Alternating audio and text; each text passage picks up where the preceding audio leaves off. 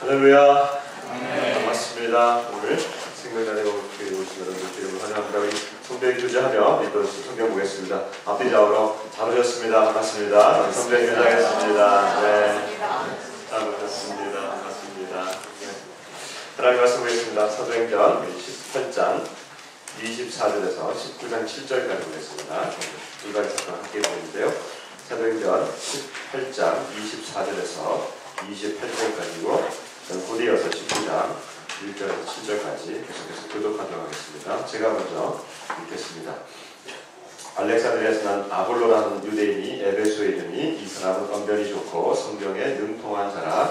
그가 일찍이 주의 도를 배워 열심으로 예수의 말한 것을 자세히 말하며 가르치나 요한의 스데반을 한다. 그가 회당에서 담대히 말하기 시작하거늘 브리스길라와 아굴라가 듣고 데려다가 하나님의 도를 더 정확하게 풀어 이르더라. 아볼로가 아가야로 건너가고자 하므로 형제들이 그를 정죄하며 그가 앞에 눈으로 나가냐 믿는 자들에게 강하게 이르고 있으니 이는 성경으로서 예수는 그리스도라고 증언하여 공중 앞에서 힘있게 유대인의 말을 이기미로라. 아볼로가 고린도에 있을 때에 바울이 직서하느냐 에베소에 와서 어떤 제자를 내려오나 이르되 너희가 믿을 때에 성령을 받았느냐 이르되 아니라 우리는 성령의 계심도 듣지 못하였노라. 바울이 이르되 그러면 너희가 무슨 세례를 받았나 그다음에 요한의 세례라. 바울이 이르되 요한이 회개의 세를 베풀며 백성에게 말하되 내 뒤에 오시는 이를 믿으라 하였으니 이는 곧 예수라 하거늘 그들이 믿고 주 예수의 이름으로 세례를 하니 바울이 그들에게 안수하되 성령이 그들에게 임하심으로 방언도 하고 예언도 하니 모두 12사람 중 되니라. 아멘. 아멘. 여러분 바깥에 지금 꽃이 만발합니다. 굳이 바깥을 지금 보실 필요는 없습니다. 꽃이 만발합니다. 근데 이제 또 일찍 핀 것들이 지금 요즘 또 지기도 시작하는데 좀 빨리 이 시기가 가기 전에 잘 구경하시길 바랍니다. 이렇게 꽃들이 이렇게 화려하지만 사실 나무는 꽃으로 얘기하는 게 아니죠. 특별히 그 나무가 열매나무라면 절대로 꽃으로 그 나무를 얘기하는 게 아닙니다.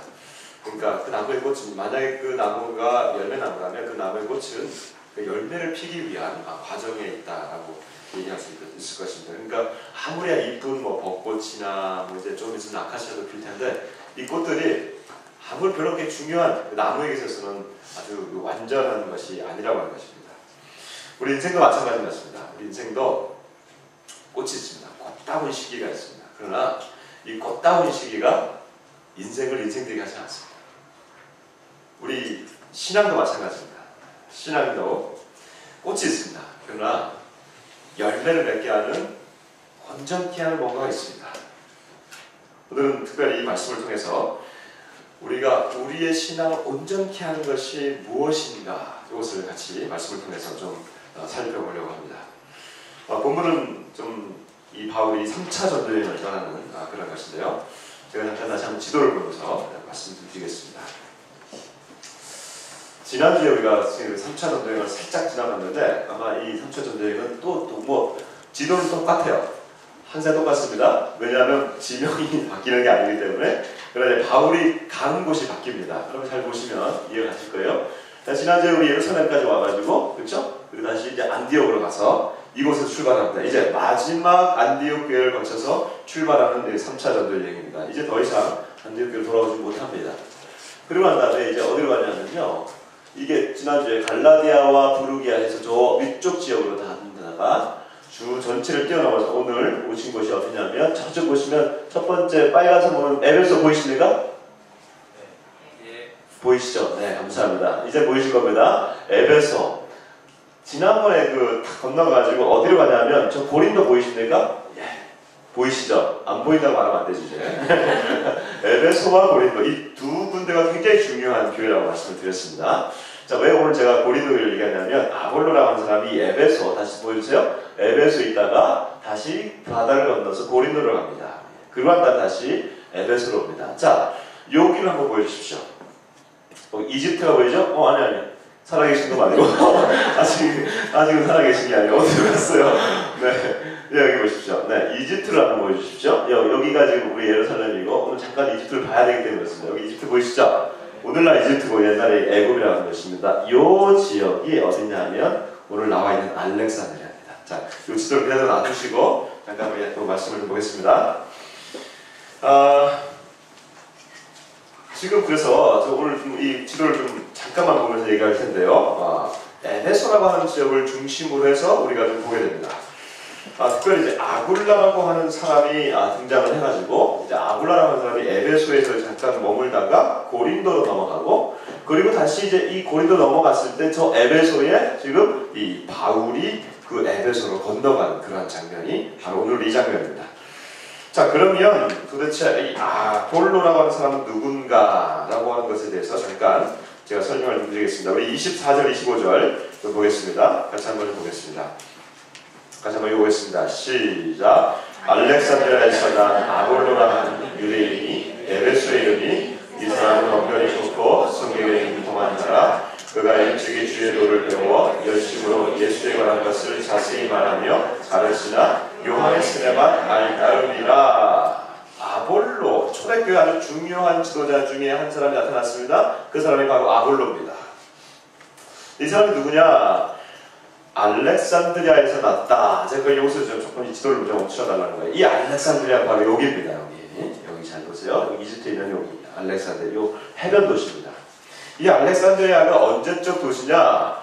저쪽 보시면요, 저 아테네, 고린도 저쪽 마케도니아 있죠. 저쪽 지역에서 기원전 한 333년 전에, 약 한 330년 전에 큰 대왕이 일어납니다. 그게 누굴까요?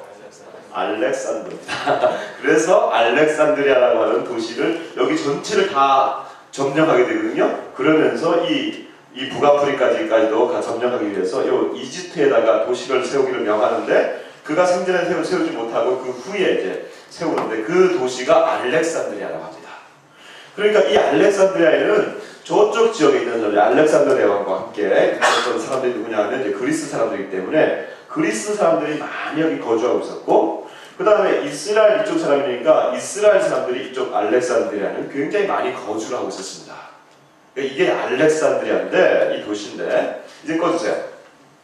이 알렉산드리아에서 어떤 일들이 일어나냐면요, 우리 성경에서도 기독교에서도 굉장히 중요한 일이 하나 일어납니다. 그게 뭐냐면 구약성경 있죠. 구약성경. 성경에 구약성경이 있죠. 구약성경이 무슨 언어로 쓰였는지 아시면 오늘 제가 김밥 하나 넣어드리겠습니다. 히브리어 제가 얘기했어요.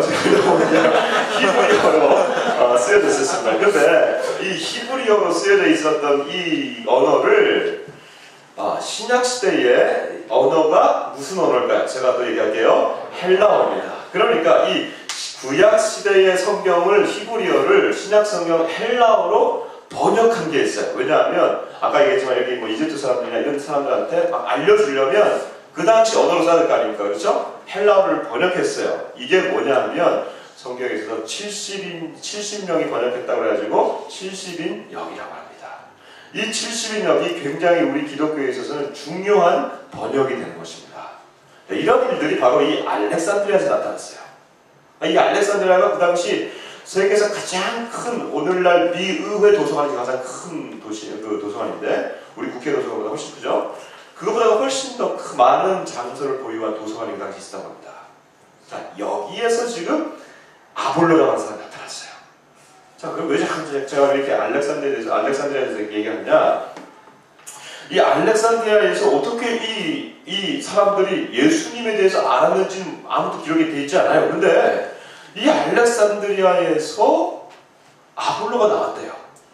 그리고 이 아볼로라고 하는 사람이 지금 보니까 언변이 좋고 성경에 능통한데 누구래요? 유대인이래요. 근데 더 좋은 거는 우리가 아는 것은 25절에 보니까 주의 도를 열심으로 배워 예수에 관한 것을 가르친다. 예수님에 대해서 그가 가르치고 있다. 누가 지금 이 알렉산드리아까지 가가지고 아볼로나 그 사람들에게 예수님에 대해서 알려줬는지 모르겠지만 이 알렉산드리아에서 태어나서 자란 이 아볼로라고 하는 사람이 예수님에 대해서 알고 성경에 대해서도 알고 그러면서 예수님을 지금 가르치고 있는데 너무나 훌륭한 사람입니다. 딱 하나 문제가 있어요. 그게 뭘까요? 성경에 나와 있습니다.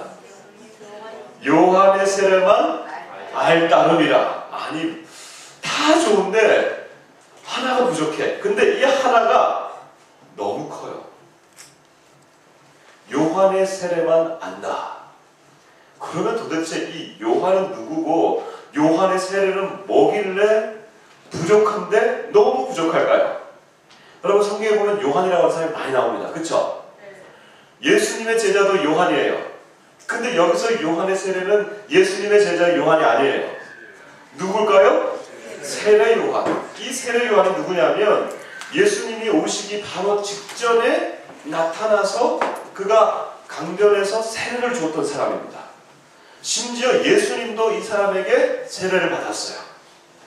그러면서 그래서 이 사람을 세례 요한이라고 하는데, 여러분 이번 주에 마태복음 읽으셨어요? 네. 할렐루야. 점점 저랑 대화가 되는 겁니다. 이제 마태복음 11장에 보면 세례 요한에 대해서 얘기해주고 있어요. 기억나십니까? 한번 읽어보십시다. 마태복음 11장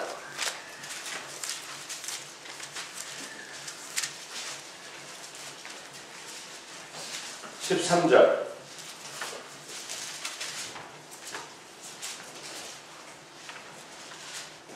뭐라고 되어 있습니까? 우리 13절 같이 한번 읽어봅니다. 시작. 모든 선지자와 율법이 예언한 것은 요한까지니.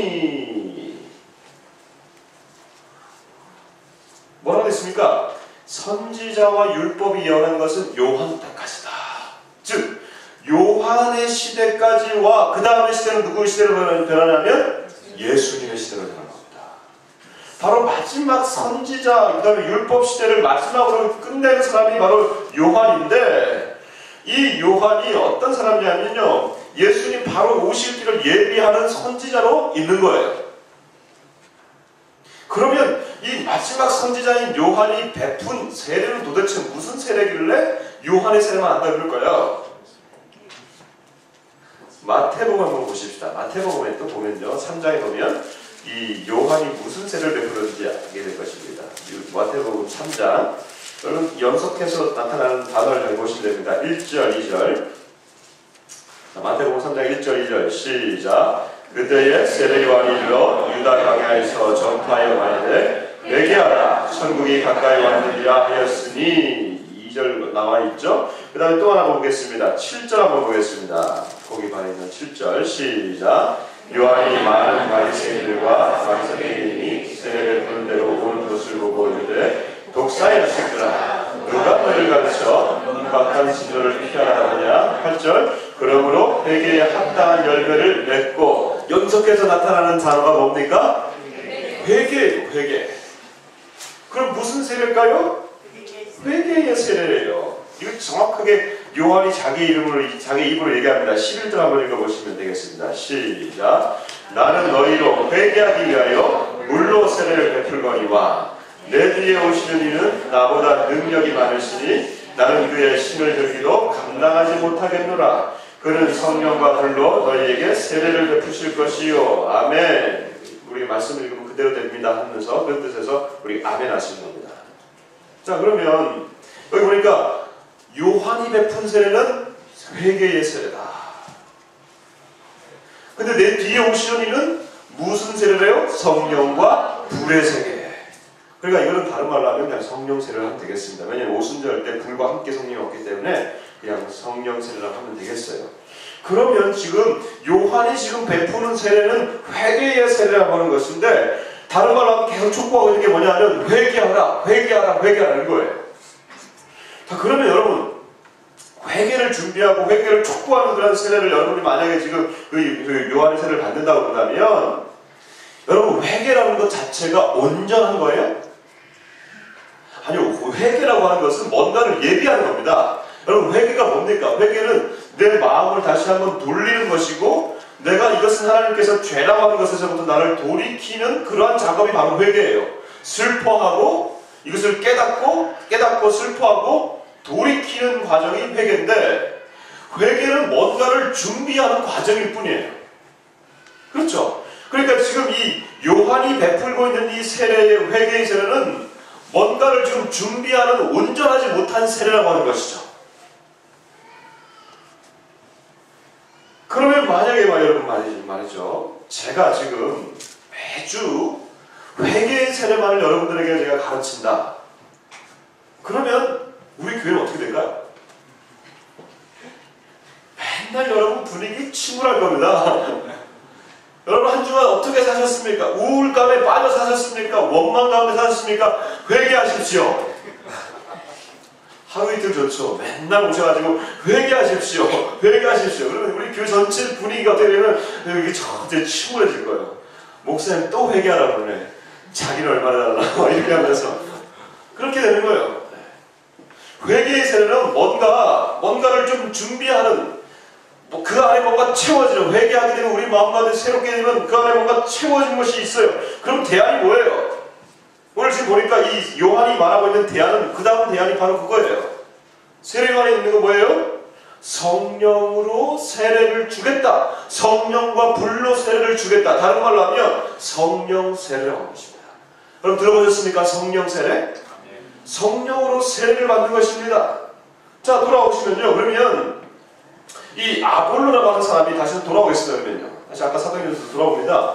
아볼로라고 하는 사람이 지금 요한의 세례만 가르치고 있는데 바로 이것이 반쪽만 이해하고 있기 때문에 그 다음에 누가 그 사람들 가르치냐면 브리스길라와 아굴라가 같이 그를 다시 한번 가르쳐 줍니다. 같이 한번 읽어보겠습니다.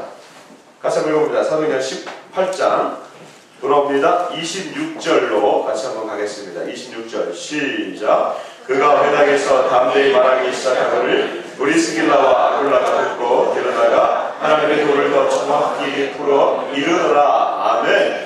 하나님의 도를 더 정확하게 풀어 이르더라. 이 브리스길라와 아굴라 누구냐면 바울에게 배운 사람입니다. 그래서 지금 요한의 세례만 알고 있는 이 아볼로에게 바울의 이 훈련을 받은 브리스길라와 아굴라가 그에게 가서 이 하나님의 도를 더 정확하게 알려주는 것입니다. 그럼 도대체 그 정확하게 알려주는 것이 무엇일까? 한 장면 띄워놓겠습니다. 이제 아볼로가 넘어가고 바울이 에베소에 왔습니다. 바울이 에베소에 와가지고 이렇게 얘기합니다. 19장 1절 2절 도대체 온전한 것이 무엇인지에 대해서 19장 1절 2절에 대해서 1절 2절에 나와 있습니다. 자, 시작. 아볼로가 고린도에 있을 때에 바울이 밀지방으로 하며 에베소에 와서 어떤 제자들을 만나 이르되 너희가 믿을 때에 성령을 받았느냐? 이르되 아니라 우리는 성령이 계심도 듣지 못하였노라. 아멘.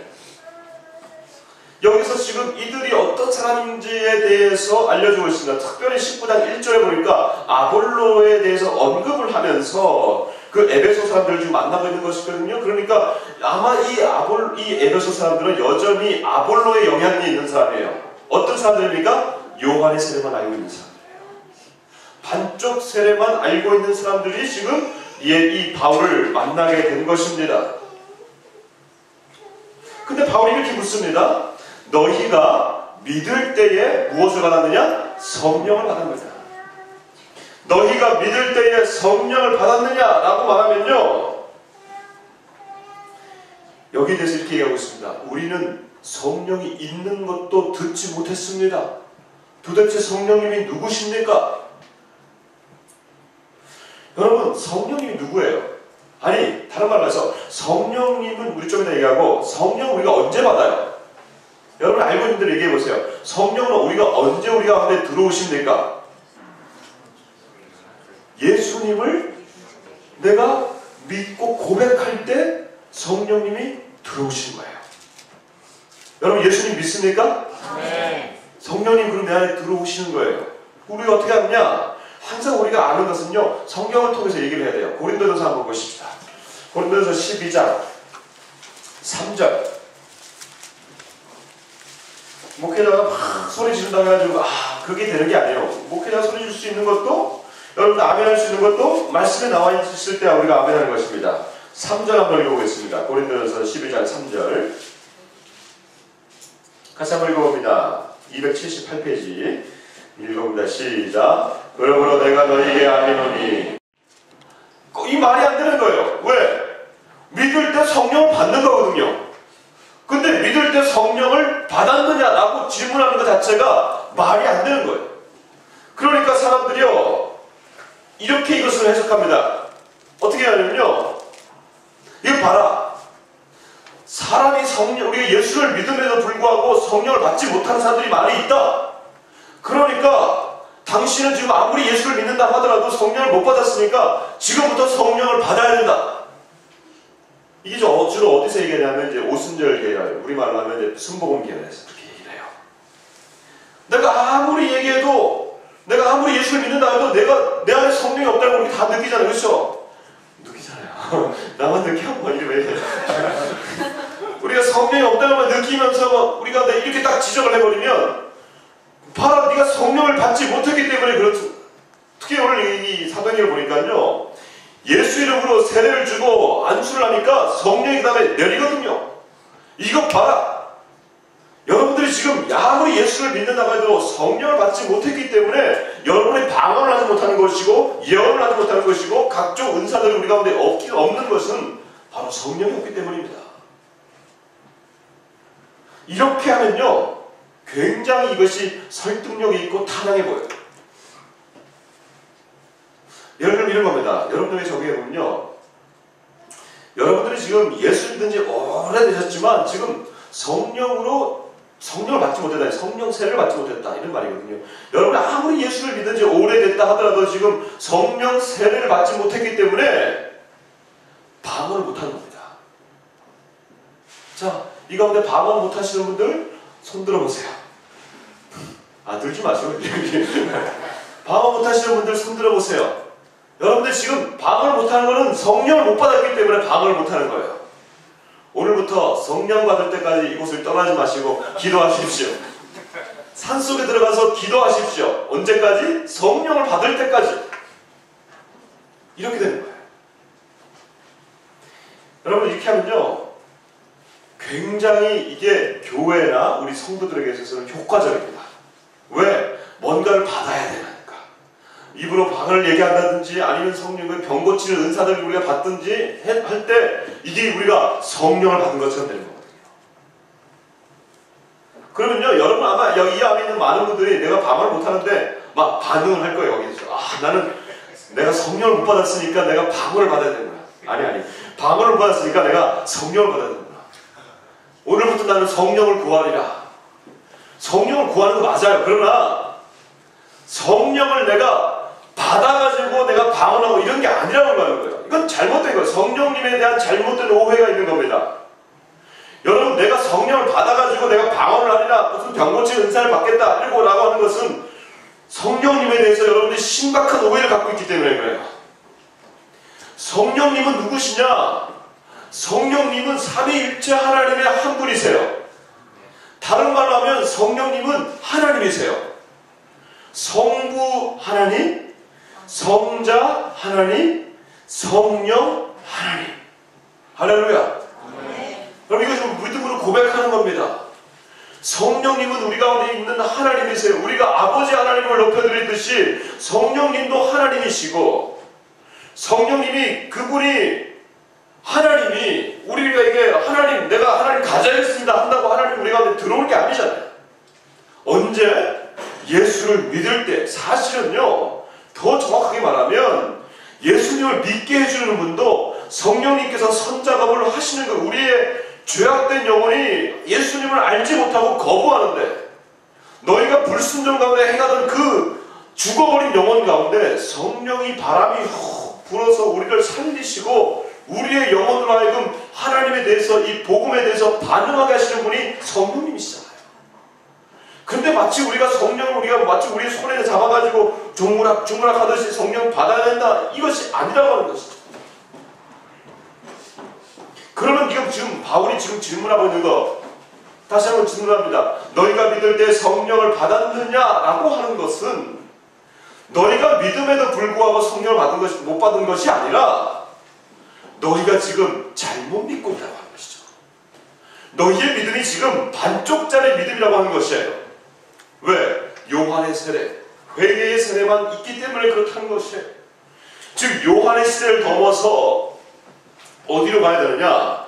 성령님이 우리 가운데 들어와야 되는데, 이 요한의 세례, 회개의 세례를 넘어서 성령의 세례는 어디로 넘어가는지 아십니까? 이것은 성령이 우리 안에 들어올 수 있는 유일한 근거는 예수님의 세례는요, 성령의 세례인데 예수님이 주시는 세례는 십자가에서 피를 흘리시면서 쏟으시는 그 죽음과 그것에서부터 일어나는 그 부활로 인한 능력에서 나오는 것이 바로 성령이에요. 한번 보십시다. 이것은 또 어디에 나오는지. 요한복음 7장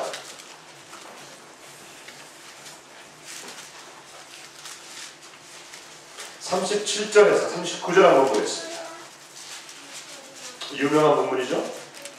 요한복음 7장 37절에서 39절까지 한번 보겠습니다. 같이 한번 읽어봅니다. 157페이지입니다. 시작. 명절 끝날 곧 그날에 예수께서 서서히 그렇게 이르시되 누구든지 목마르거든 내게로 와서 마시라. 나를 믿는 자는 성경에 있는 것 같이 그 배에서 생수의 강이 흘러나오리라 하시니 이는 그를 믿는 자들이 받을 성령을 가리켜 말씀하신 것이라. 예수께서 아직 영광을 받지 않으셨으므로 성령이 아직 그들에게 계시지 아니하시더라. 아멘. 이는 그들이 받을 성령을 가리켜 말씀하신 것이라. 성령을 주신다는 거예요. 근데 어디에 나오냐? 나를 믿는 자는 성경에 이른 것 같이 그 배에서 생수의 강이 흘러나오리라. 그 배에서 생수의 강이 흘러나오리라. 이건 두 가지 의미예요. 한 가지는요, 우리의 처음에 의차적으로 우리의 배에서 이 성령이 들어오실 때 막 생수가 흘러나와서 기쁨이 넘쳐나는 것을 얘기하지만 그 전에 이것이 근원이 된 게 어디냐면요, 예수님께서 십자가에 달리셨을 때 창으로 어디를 찌르십니까? 배를 찌르시죠. 배를 찌를 때 뭐가 튀어나온다 그래요? 내장이 튀어나온다 이런 말이 아니라 배를 찌르실 때 그 배에서 피와 물이 흘러나오더라. 이것을 학자들은 성령이라고 해요. 여기서부터 성령이 유출된다. 그러니까 무슨 말이냐면요, 예수님의 죽음에서부터 예수님의 죽음, 그리고 아직 성령이 있지 아니하시다, 이건 부활로 완성되는 이 작업, 이것을 통해서 성령이 이 땅 가운데 내리시면서요, 우리 가운데 성령을 부어주시는 것입니다. 그러면서 부활하신 예수님께서 제자들에게 뭐라고 말씀하신지 아십니까? 두려움에 떨고 있는 제자들, 이 조그마한 다락방에 있는 제자들에게 오셔서 예수님께서 숨을 내쉬면서 말씀하시되, 찾아볼까요? 요한복음 20장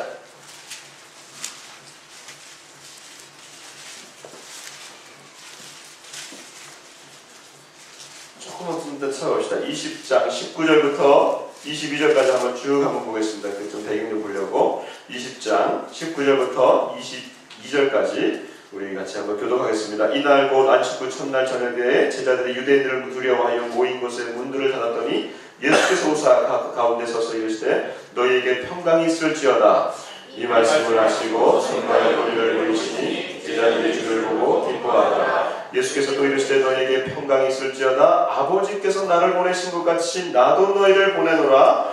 이 말씀을 하시고 그들을 향하사 숨을 내쉬며 이르시되 성령을 받으라. 아멘. 성령을 받으라. 우리가 성령을 받겠습니다라고 하는 것이 아니라 성령을 주신 주체가 누구십니까? 예수님. 예수님께서는 요한복음의 16장 7절 보면요, 내가 아버지께로 가노니 내가 그곳에 가면 너희에게 성령을 보내겠다라고 말씀하십니다. 성령을 보내시는 분이 바로 예수님이시라는 거예요. 예수님께서 성령을 보내주시는 것입니다. 그러니까 다시 한번 돌아오시면 이제 믿는 자들이 성령 받는 것은 당연한 것이에요. 믿을 때에 성령이 들어오신 거예요. 그러니까 바울이 이렇게 얘기하는 거예요. 너희가 믿을 때에 성령을 받았느냐? 즉 너희가 믿었음에도 불구하고 성령을 받지 못했다고 하는 것, 이것은 너희가 지금 잘못 믿고 있다고 하는 것이며 반쪽짜리를 얘기하고 있는 것입니다.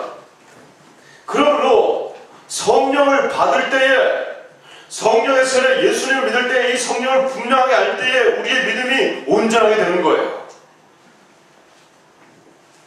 근데 여러분, 우리에게는요 지금 실질적인 문제가 남아있어요. 저와 여러분들, 특별히 우리 많은 우리 성도들에게 실질적인 문제가 있어요. 뭐냐면요, 우리가 믿을 때 예수님을 믿을 때 성령이 들어와요. 근데 성령이 들어올 때 어떤 사람은 격렬하게 들어오는 사람이 있어요. 제가 예전에 그 중학교 때 저는 예수님을 믿으면서 강력하게 예수님을 믿을 때 성령께서 저를 잡으셨어요. 그때 아직도 기억납니다. 제가 중학교 2학년 때가 3학년 때 너무나 예수님을 믿으면서 기도원에 가가지고 기도하다가 예수님을 믿게 됐는데, 예수님을 믿고 난 다음에 온몸이 떨리면서 마치 오늘 이 장면처럼 방언이 터지고, 이건 아닌데 한 몇 년 뒤에 저도 방언을 막 하게 되고요. 그런 일들이 현상들이 막 일어나게 돼요. 그러다 보니까 성령을 경험한 사람도 있죠. 예수를 믿을 때 아주 강력하게 믿는 사람들이, 성령을 경험한 사람들은요, 이게 실질적으로 이 신앙생활하는 데 있어서 매우 도움이 됩니다.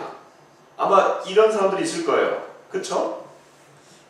근데 예수님을 믿을 때에 내가 아무런 느낌이 없어. 어떤 분이 예수님을 전했습니다. 그래서 여러분 예수님 믿겠습니까? 그러니까 네, 믿을게요. 그래서 그와 함께 영접 기도를 했습니다. 그리고 끝났어요. 아무런 느낌이 없어요, 제 안에.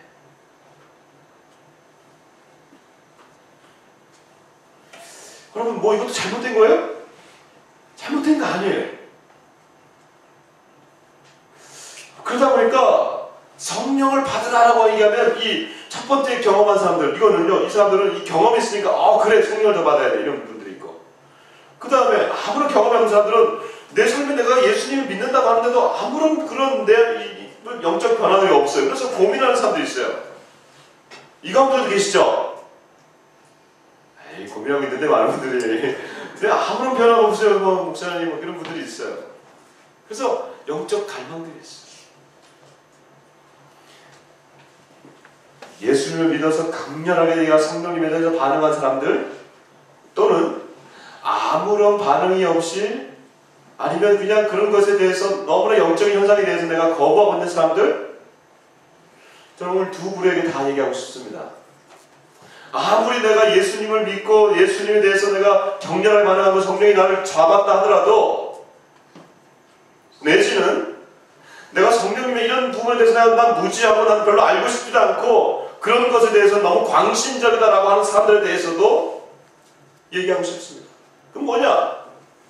우리가 오늘날 우리가 이 시대에 있어서요, 너무나 우리 두 부류에게 다 필요한 태도가 있습니다. 그것은 성령님을 인정하는 태도입니다. 성령님을 인정하고 성령님의 주권을 인정하고 받아들이는 태도가 가장 중요한 태도예요. 격렬하게 받아들였던 사람도 지금 아무리 그가 예수님, 이 성령이 나를 완전히 붙잡아가지고 내 삶이 180도 바뀌었던 그 사람도 지금 성령님과 동행하지 않으면 그 사람은 아무런 소용이 없어요.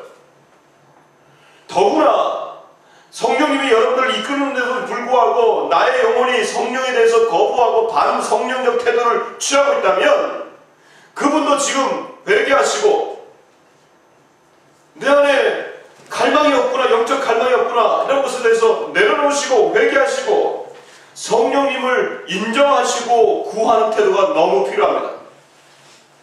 왜냐하면 성령은 살리는 영이기 때문에 그렇습니다.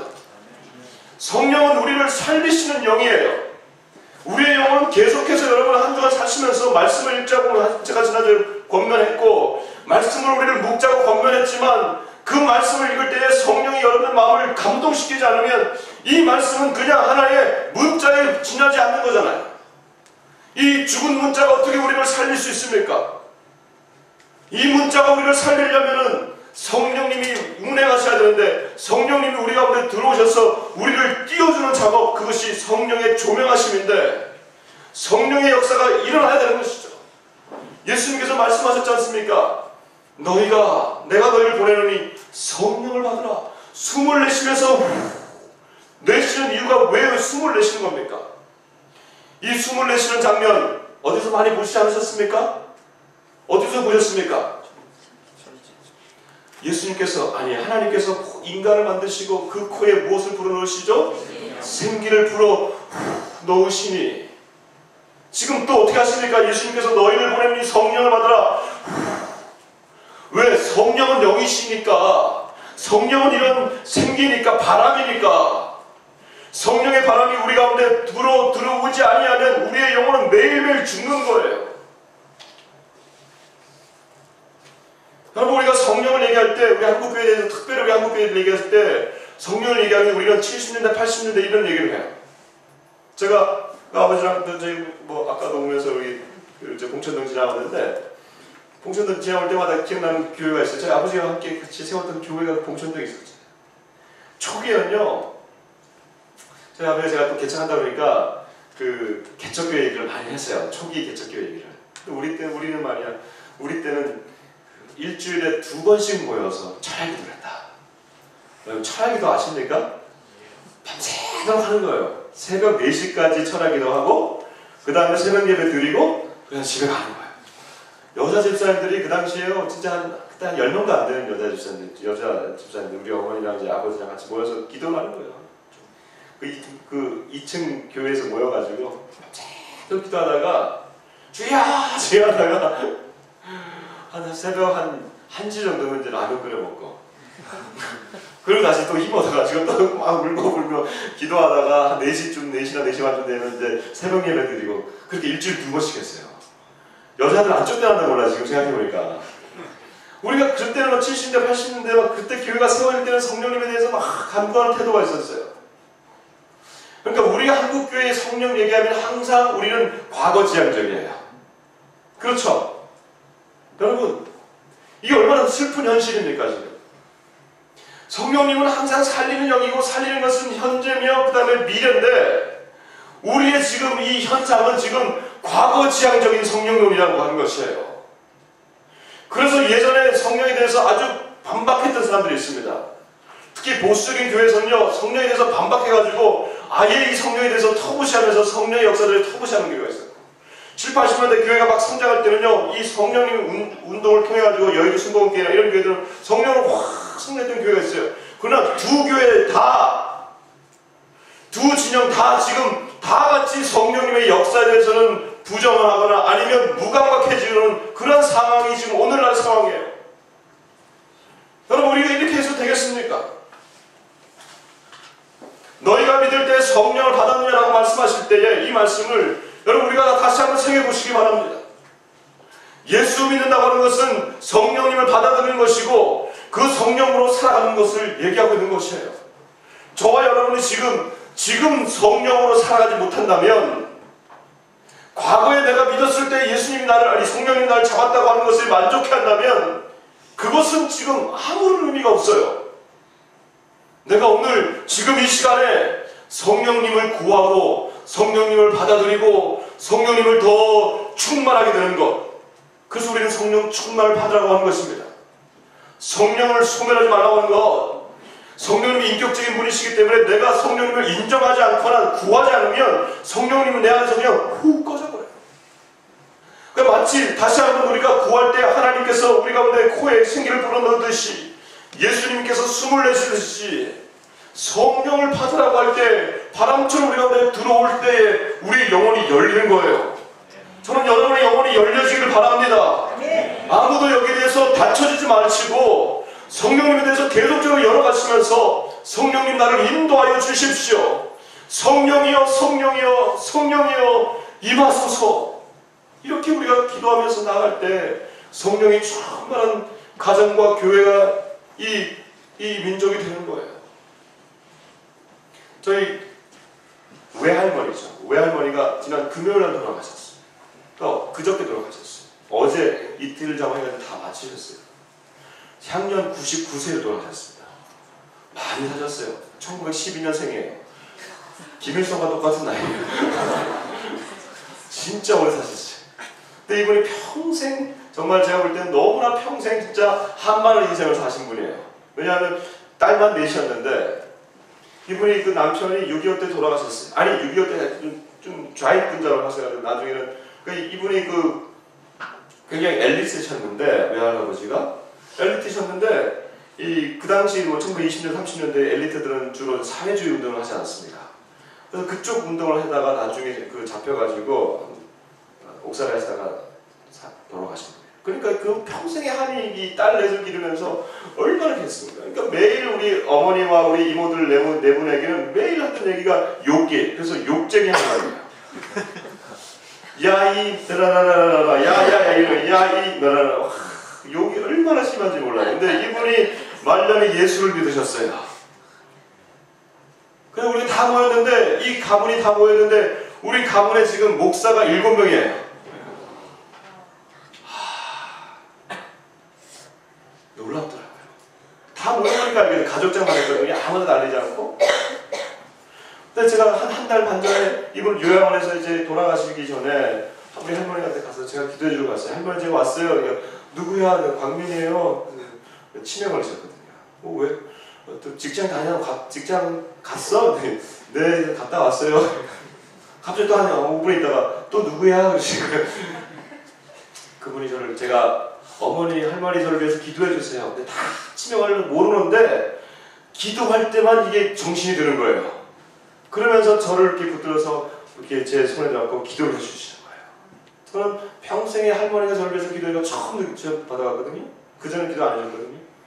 제가 무릎 꿇고 그 침상 밑에서 기도를 받는데 저도 이게 목회자니까 저도 많은 기도를 해주고 여러분들 저를 위해 또 기도해 달라고 할 때가 있지 않습니까? 근데 할머니가 제 윗대 할머니가 저를 위해서 기도해 주는데 왠지 모를 그 느낌이 확 오는데 제가 평생에 그런 느낌이 처음이었어요. 이 가문에서부터 이게 흘러나오는 그런 느낌이 있었어요. 아, 이게 성령을 받은 사람이 예수를 믿는 사람이 축복해주면 이것이 가문으로 흘러가는구나 게 느끼게 됐어요. 그렇더라고요. 정말로. 여러분, 그래서 이분이 돌아가실 때 그렇게 아프게 돌아가실 수 있는데 옆에서 양쪽에서 어머니 이모 두 분이서 계속적으로 엄마 빛만 보고 가세요. 계속 찬송했더니 그렇게 거친 숨을 내쉬어야 되는데 마지막에 숨도 싹 산으로 쉬시면서 싹 돌아가셨다는 거예요. 이야. 여러분들이 성령을 받아들이고 성령으로 살아가시고 성령을 동행하시면요, 여러분의 가문 가운데, 가정 가운데 성령이 임하실 줄 믿습니다. 아멘. 그래요. 저는 항상 신방 갈 때마다, 가정에 신방 갈 때마다 그 가정을 위해서 기도할 때 성령님 이 가정에 임재하여 주십시오. 여러분 일대입니까? 여러분 신앙이 일대입니까? 어려움을 갖고 있습니까? 성령님 동행하십시오. 성령님 구하십시오. 인정하시고 구하십시오.